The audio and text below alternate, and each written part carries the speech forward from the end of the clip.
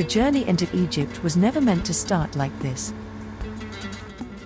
Instead of rolling across the border in our expedition truck, we find ourselves on a ferry crossing Lake Nasser, while the truck is left behind.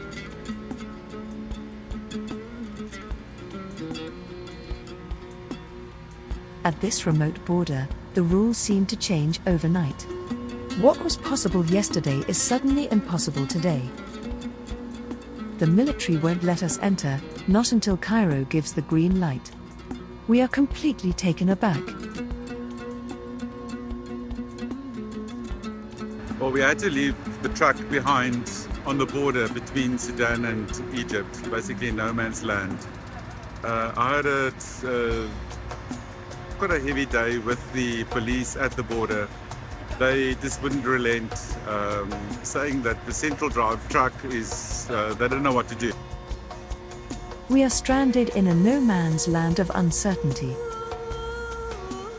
Our visas are running out, another ferry is already waiting in Alexandria, and yet we are powerless. Abu Simbel looms ahead. For now, it is the end of the road.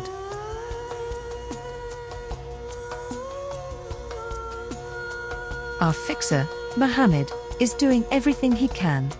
But it becomes clear that the only way forward is a visit to the ministry in Cairo to explain our case. Roelf prepares to travel to the capital, while the truck remains stranded at the border.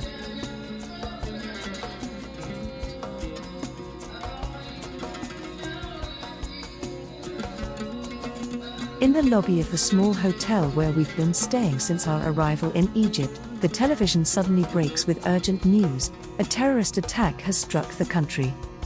At that moment, we realize our journey north will not only be slowed by bureaucracy, but shadowed by growing uncertainty. The next morning, Roelf boards a flight to Cairo. What follows is days of endless waiting, being sent from one department to another, never getting a straight answer. At last, he finds the right office, the right official, and the papers are signed.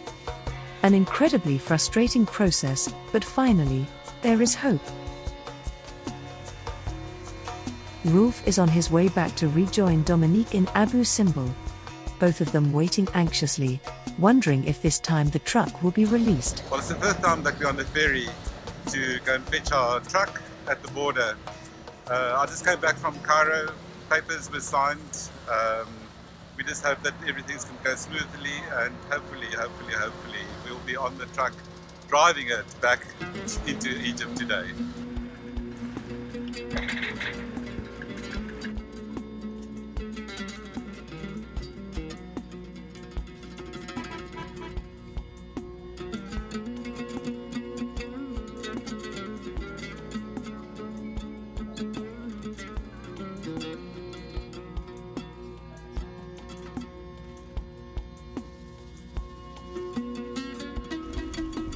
Roelf hands over the papers. The officer takes a quick look. Then, through our translator, the words we've been waiting for: permission granted. No, it's like a paper. It's like, this is it. We've got it. Yes. A temporary license plate is issued, and at last, the Zai truck is cleared to roll into Egypt.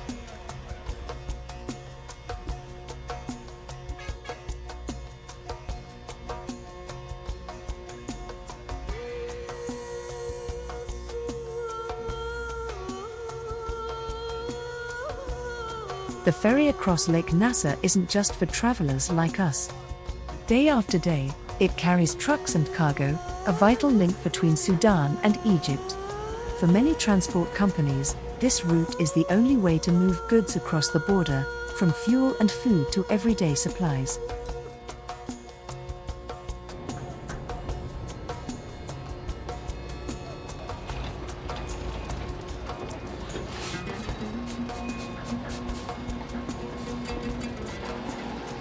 But freedom doesn't last long. Just outside Abu Simbel, the military stops us again. This time, the order is different: join the convoy. For the first few hundred kilometers, armed vehicles escort us north, a reminder that here, movement is never fully in our hands. As we drive along the Nile, the landscape tells its own story. For thousands of years, this river has been Egypt's lifeline, a cradle of civilization, feeding empires and shaping history. Even today, the Nile Valley remains the country's breadbasket, sustaining millions in a narrow strip of fertile green carved through the desert. As our expedition nears its final destination on the African continent, we meet our last voice. A young woman, fearless and full of conviction, who speaks about what freedom means in her country. In her voice, we hear the echo of all those we've met along the way. To don't have chains on, to say whatever you want, to do whatever you want, to be yourself. We do have traditions. You can follow your traditions, especially in an Arab country like Egypt. But it's okay to speak up for yourselves, to be free.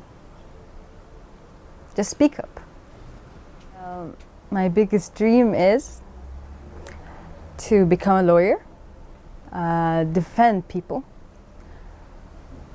Some of them are weak, they don't have the strength to speak up for their words or to speak up for themselves. So that's why I want to be a lawyer.